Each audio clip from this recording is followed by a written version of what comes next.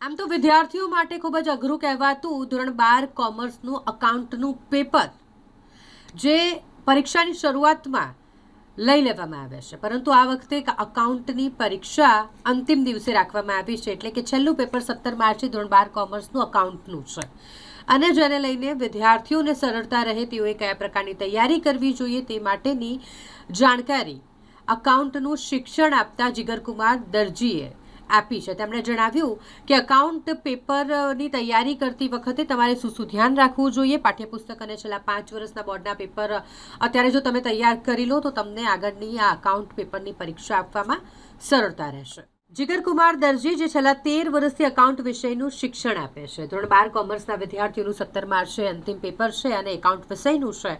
આ પેપર માટે વિદ્યાર્થીઓની તૈયારી કરવા માટે 3 દિવસનો સમય મળ્યો છે અને આ 3 દિવસમાં તમારે કેવા પ્રકારની તૈયારી કરવી જોઈએ, શું જરૂરી છે એ વિશે માહિતી આપી રહ્યા છે જીગરકુમાર દરજી। આવનારી 17મી માર્ચ એટલે 2 દિવસ પછી બોર્ડમાં અકાઉન્ટનું પેપર છે। 12મા ધોરણ માટે અકાઉન્ટ એટલે મુખ્ય વિષય રહેતો હોય છે। સામાન્યતઃ એવું બનતું હોય છે કે અકાઉન્ટનું પેપર બોર્ડના ટાઈમ ટેબલ પ્રમાણે સૌથી પહેલાં હોય છે, પણ કોઈક કારણસર આ વખતે એને લાસ્ટમાં મૂકવામાં આવ્યું છે। તો તમારી પાસે મુખ્ય હવે 2 દિવસ બાકી રહ્યા છે, એક આપણી પાસે રવિવાર અને સોમવાર। તો એમાં કઈ રીતે તૈયારી કરવી તેના અંગે આપણે થોડું ડિસ્કશન કરીશું।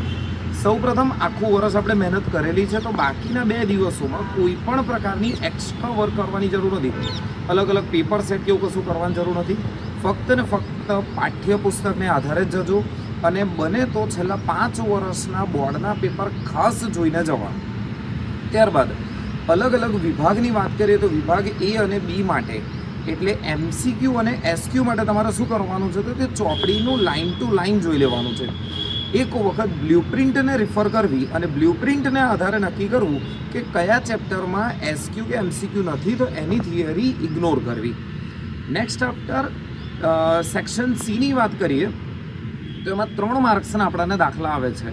તો પર્ટિક્યુલર કેટલીક વખત એમાં એવું હોય છે કે તમને જે ચેપ્ટર ફાવતા હોય એ ચેપ્ટર જ ગણો, જે ચેપ્ટર નથી ફાવતા એ ચેપ્ટરને ઇગ્નોર કરી નાખો। વિસર્જન જેવા ચેપ્ટરમાંથી 2 દાખલા પૂછાય છે, ડિબેન્ચર જેવા ચેપ્ટરમાંથી પણ 2 દાખલા પૂછાય છે। તો જો પર્ટિક્યુલરલી તમારે 4 દાખલા કરવા હોય અને વિસર્જન અને ડિબેન્ચર કરી નાખો તો બાકીના ચેપ્ટર કરવાની જરૂર નથી પડતી। તો તમારે તમારી પ્રાયોરિટી આપીને જ ચેપ્ટરને ઇમ્પોર્ટન્ટ આપજો। દેન આફ્ટર સેક્શન Dની વાત કરીએ તો સેક્શન Dમાં પણ ટોટલ 5 પ્રશ્નો હોય છે, 3 પ્રશ્ન ગણવાના હોય છે। તો એમાં પણ મારું અંગત મંતવ્ય એવું છે કે જો તમે એમાં પાઘડીના 2 દાખલા ગણી કાઢો અને નાણાકીય પત્રકોના વિશ્લેષણના આધારેવાળું જે ચેપ્ટર છે એ લઈ લો તો એમાં પણ પૂરેપૂરા 12 માર્ક્સ આવવાની શક્યતા છે। એના પછી વાત કરીએ તો વિભાગ Eમાં કુલ 5 દાખલા આવે છે। 5 દાખલામાં 2 પ્રવેશના આવે છે, 1 નિવૃત્તિના અને 2 શેર મૂડીના। તો જો પ્રવેશ તમને ફાવતું હોય, નિવૃત્તિ ફાવતું હોય તો શેર મૂડી ઓપ્શનમાં કાઢી શકો છો, પ્રવેશ અને શેર મૂડી કરતા હોય તો નિવૃત્તિ તમે ઓપ્શનમાં કાઢી શકો છો। તમારી પ્રાયોરિટી મુજબ, તમારી મહેનત મુજબ તમે ચેપ્ટર ઓપ્શનમાં કાઢી શકો છો।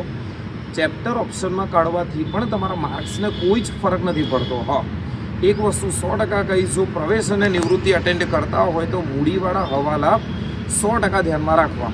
અને લાસ્ટ વિભાગ Fની જોગવાઈ માટે કહીએ તો Fમાં 2 વાર્ષિક હિસાબ આવે છે, એક આવે છે ભાગીદારીના વાર્ષિક હિસાબ અને બીજા આવે છે કંપનીના વાર્ષિક હિસાબ।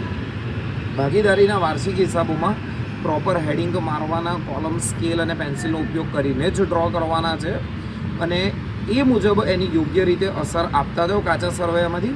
અને હવાલાને સમજીને જો અસર આપશો તો પેપરમાં કોઈ પણ તકલીફ આવવાની જરૂર નથી। અને લાસ્ટ ન્યૂ એજ્યુકેશન પોલિસી મુજબ પેપર સ્ટાઇલ એટલી સરળ બનાવવામાં આવી છે કે ફેલ થવું લગભગ અશક્ય છે। અને તદુપરાંત જો જે મહેનતુ વિદ્યાર્થીઓ છે અને હોશિયાર બાળકો છે, જો એ પણ કેટલાક ચેપ્ટર ઓપ્શનમાં કાઢી નાખે તો 100માંથી 100 આવવાના પણ પૂરેપૂરી શક્યતા છે।